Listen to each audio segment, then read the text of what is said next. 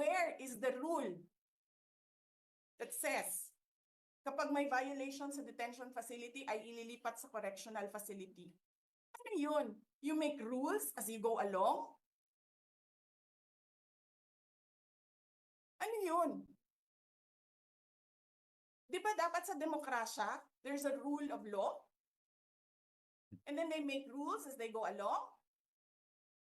Kung ano lang, whatever pleases the speaker, get her out of the House of Representatives kasi hindi siya dapat nandiyan. Bakit? Pagmamayari niyo ba itong compound na ito?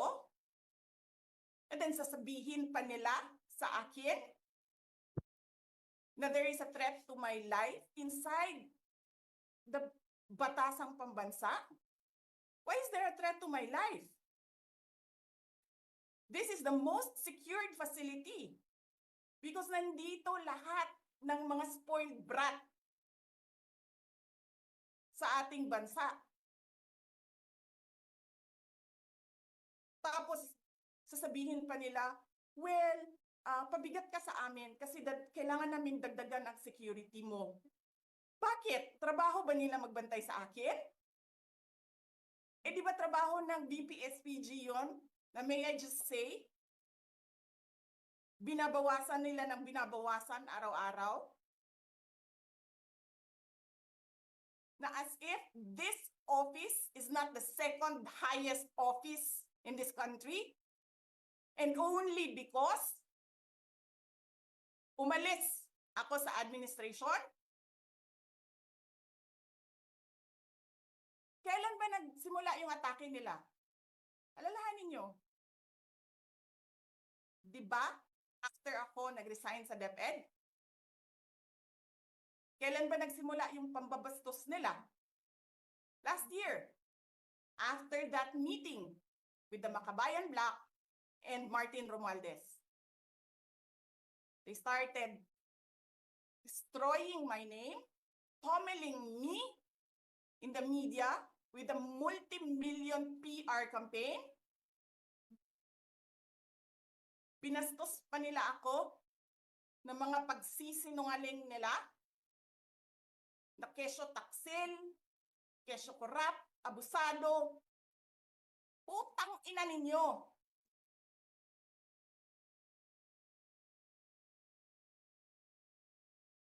Sino ang korap? Yung mga congressman na yan na nag-hearing, anong sinasabi nila? Pagkatapos, pag na-off na ang mic, pag wala ng media, pasensya na kayo ha. Kailangan kasi namin ng pera. Mag-i-eleksyon na kasi. Pakisabi kay Sara ha. Hindi ko naman gusto tong ginagawa ko eh. Eh putang ina, hindi mo pala gusto ginagawa mo eh. Bakit mo sinisira pangalan ko? Joel Chua.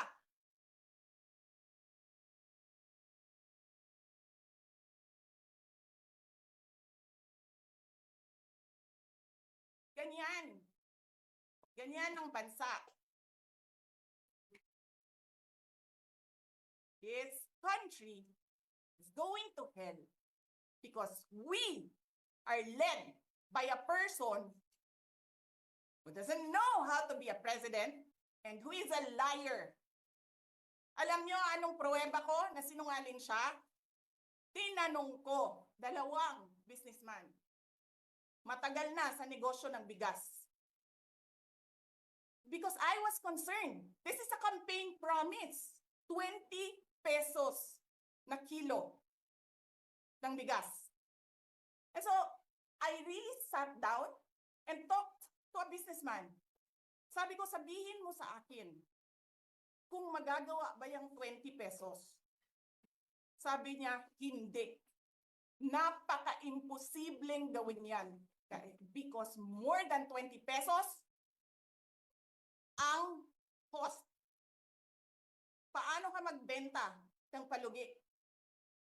So tinanong ko, nagsinungaling ba siya nung sinabi niya? And then he said outright, yes.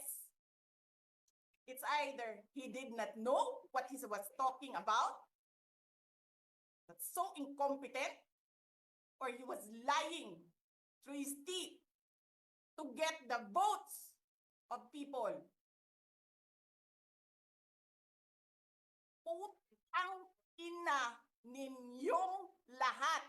Martin Romualdez, Lisa Marcos, Bongbong Marcos.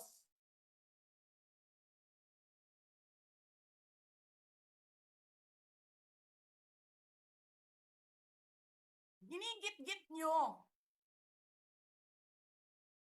yung mga tao ko dyan sa envelope na yan. Lisa Marcos, naalala mo? Nagpadala ka sa akin ng video? Sinabihan mo ako saan kukunin ang pera. Pinakita mo ang muka ng tao doon sa video message mo. Hi, Nikki. This is she's been working with us for the longest time. We trust her.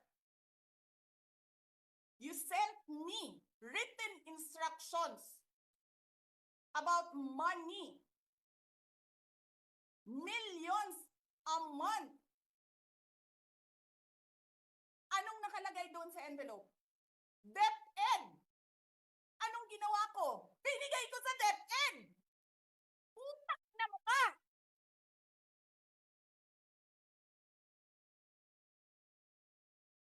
Wala ka ngang posisyon sa gobyerno, namimigay ka ng pera ng gobyerno eh.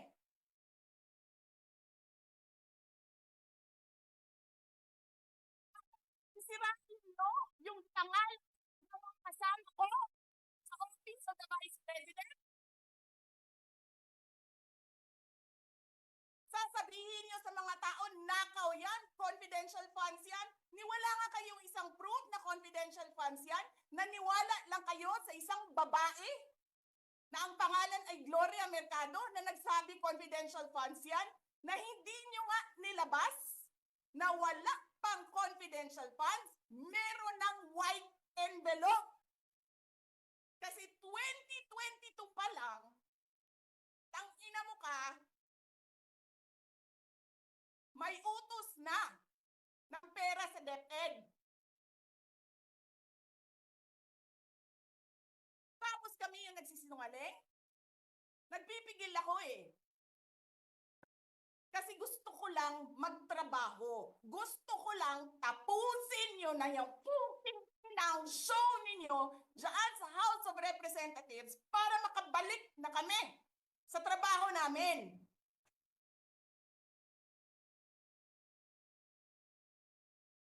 Tapos ganyan ang gagawin ninyo sa amin dahil hindi kami sumusunod sa inyo? Dahil ayaw na namin tumulong sa inyo?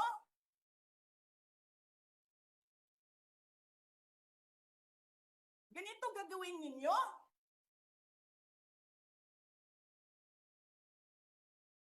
Presidente ka, may speaker ka na involved sa bribery ng Supreme Court justices. May video, may kaso, may witnesses. Hindi mo tinanggal yung speaker mo. Pinabayaan mo siya abusuhin ang pera ng bayan. Paikot-ikot sa buong bansa, namimigay ng pera na para bang kanya yung pera.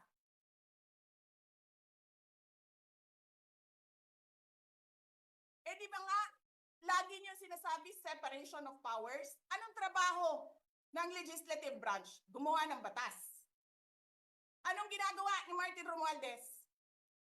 Nagdidirect ng DSWD, namimigay ng ayuda,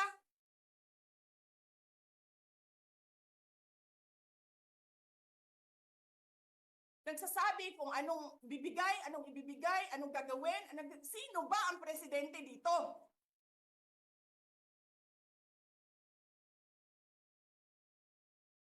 Alam nyo, alam namin, mali ang ginagawa ninyo. Sinabihan ko lang mga kasama ko sa Office of the Vice President, pasensya na, sumunod na lang tayo para matapos na sila.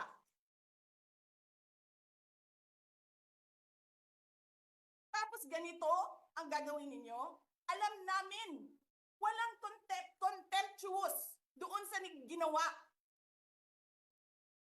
ni Yusek Lopez. Wala. Lahat ng tanong, sinagot niya. Pumunta siya. Maayos siya kumausap. And then sasabihin ninyo sa amin, bakit kami susulat sa COA? Bakit hindi kami susulat sa COA? Hindi tapos ang appeal namin. Hindi tapos ang audit namin. Tapos buhaghag na ninyo tanan ang gisubmit namo sa COA.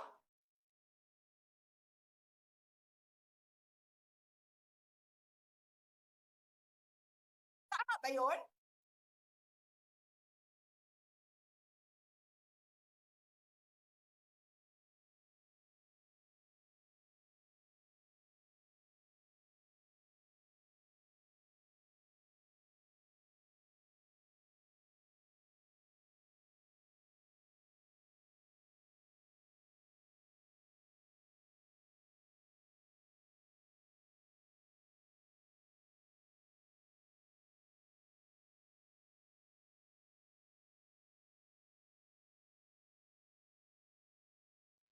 At ayun na nga, kung nagustuhan mo ang showbiz news, please like, share, and subscribe!